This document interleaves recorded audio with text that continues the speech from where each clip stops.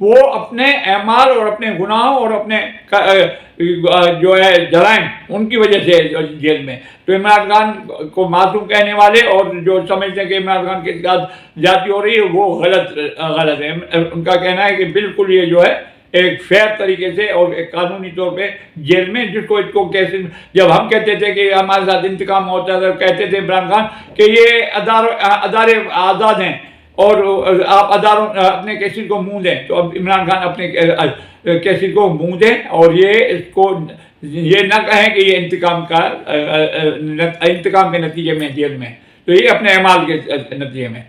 اچھا اس کے بعد آپ کو اور بھی بتائیں کہ الیکشن ٹریبونل نے پرویز الہی اور ان کی اہلیہ کے کاغذات نامزدگی جو تھے الیکشن میں حصہ لینے کے لیے وہ انہوں نے بھی الیکشن ٹریبونل نے بھی رد کر دیا کہ نہیں ان کو دونوں کو الیکشن میں حصہ لینے کی اجازت نہیں دی جا سکتی.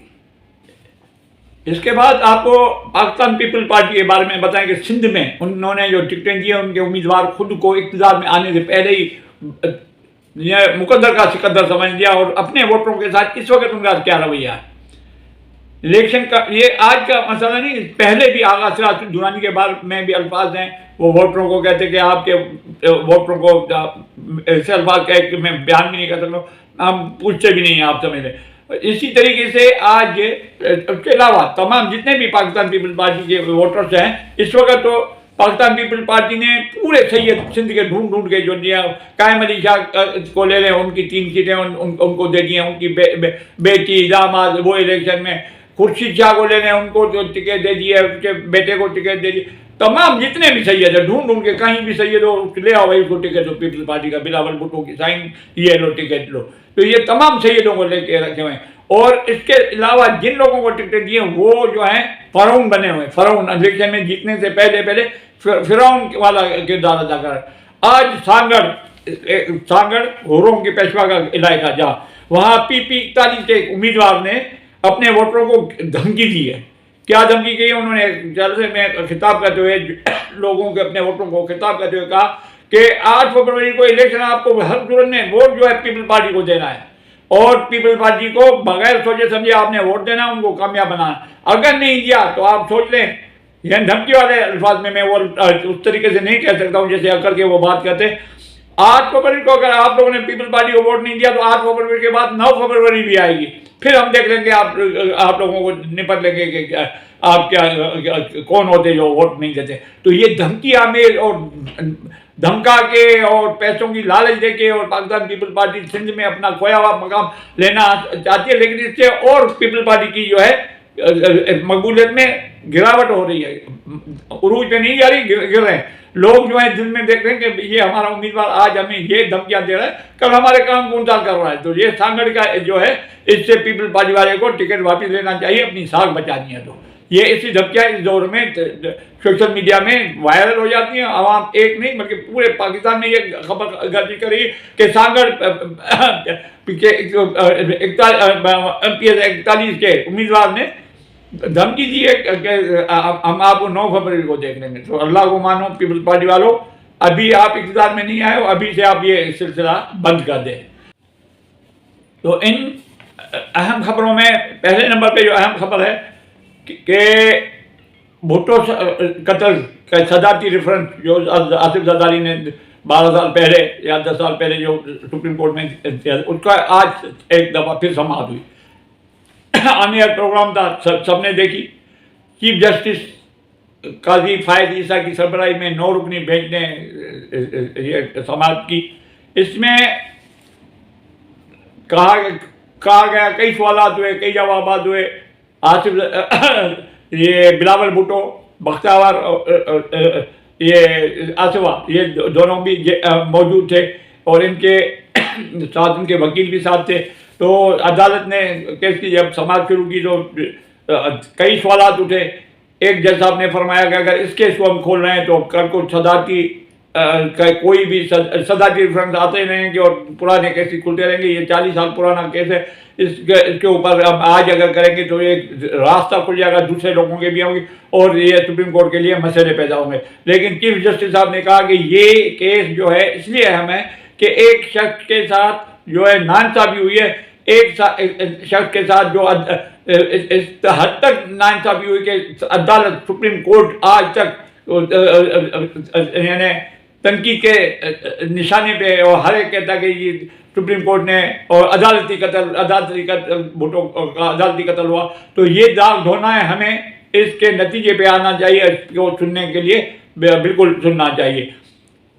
ایک مرحلے پہ رضا ربانی جی نے جب بات کی تو رضا ربانی سے چیف جسٹس نے پوچھا کہ آپ عدالت کے معاون ہیں؟ قاضی میں معاون نہیں ہوں، میں بلاول بھٹو اور آصفہ کا وکیل ہوں۔ اس کے بعد آتے ہیں آج کے اہم ترین کیس کے اوپر۔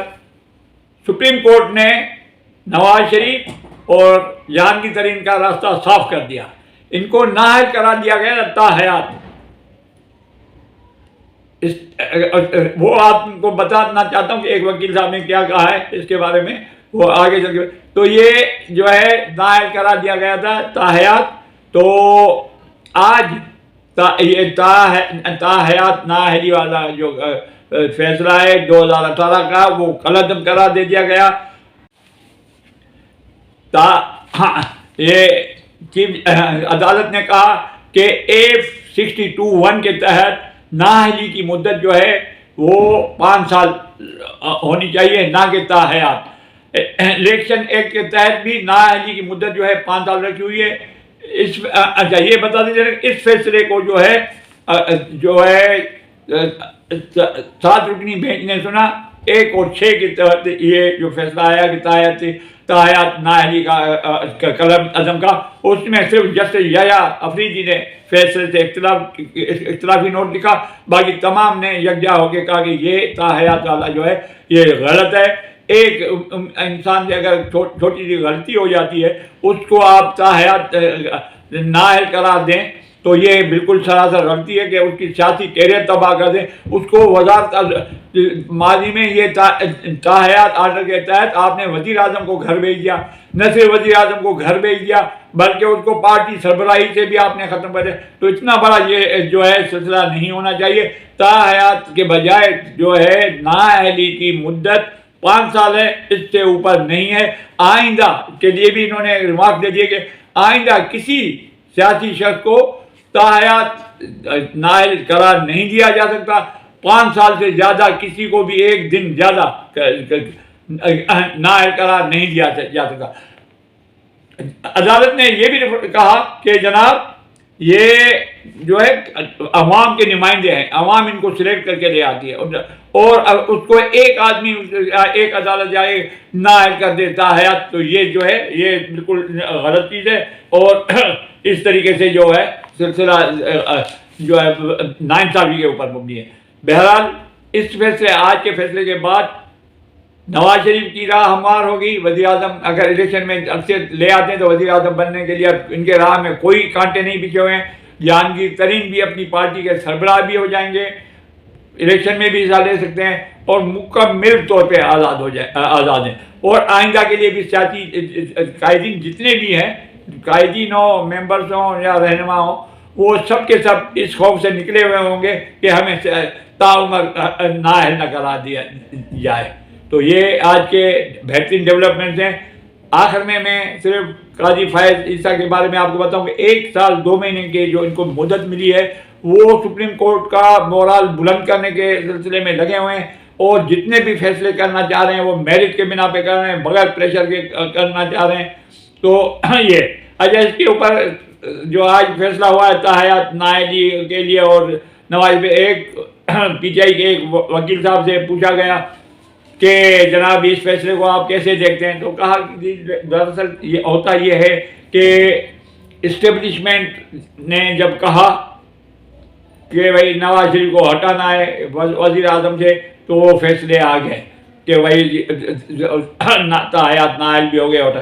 اب اسٹیبلشمنٹ چاہتی ہے کہ نواز شریف کو اقتدار میں لے آئیں، تو فیصلے بھی اس طریقے کے آ رہے ہیں۔ یعنی ایک قسم سے انہوں نے اس کیس کے اوپر تنقید کی کہ یہ فیصلہ بھی جو ہے اسٹیبلشمنٹ کے کہنے پہ آیا ہے، حالانکہ ایسے نہیں۔ اب یہ کہ قاضی فائز عیسیٰ جیسا شخص یا دوسری آزاد عدالتیں وہ فیصلے اپنے میرٹ کے بنا پہ دے رہے ہیں۔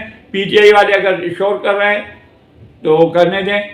اور یہ دونوں فیصلے ہیں عوام میں پذیرائی حاصل کر رہے ہیں. عوام اس کے اوپر بہت ہی خوش ہے کہ کسی بھی سیاسی، چاہے وہ عمران خان ہو، چاہے نواز شریف ہو، چاہے آصف زرداری ہو، چاہے بلاول ہو، چاہے کوئی بھی ہو، ان کو تاحیات نااہل قرار دینا ایک ناانصافی ہے. 5 سال ٹھیک ہے سزا دیں، کوئی بھی بڑا اتنا جرم نہیں ہے کہ آپ 5 سال سے زیادہ آپ لگائیں، تو 5 سال کی سزا دیں کہ نااہل ہیں، 5 سال سیاست میں حصہ نہ لیں. باقی یہ جو ہے یعنی عدالت کے اس فیصلے پہ پوری قوم جو ہے عدالت کے لیے اچھے جذبات رکھتی ہے، اور امید کرتے ہیں کہ آئندہ بھی قاضی فائز علی صاحب بغیر کسی دباؤ کے اس طریقے سے آزادانہ فیصلے کروانے میں اور کرنے میں کامیاب ہوں گے. تب تک کے لیے اتنا ہی، اجازت دیجیے. جن دوستوں نے اب تک میرا یوٹیوب چینل سبسکرائب نہیں کیا اسے ریکویسٹ ہے کہ سبسکرائب بھی کریں اور بیل آئیکن کو پش کرنا نہ بھولیں. اجازت دیجیے. ٹل دی نیکسٹ. پاکستان زندہ باد.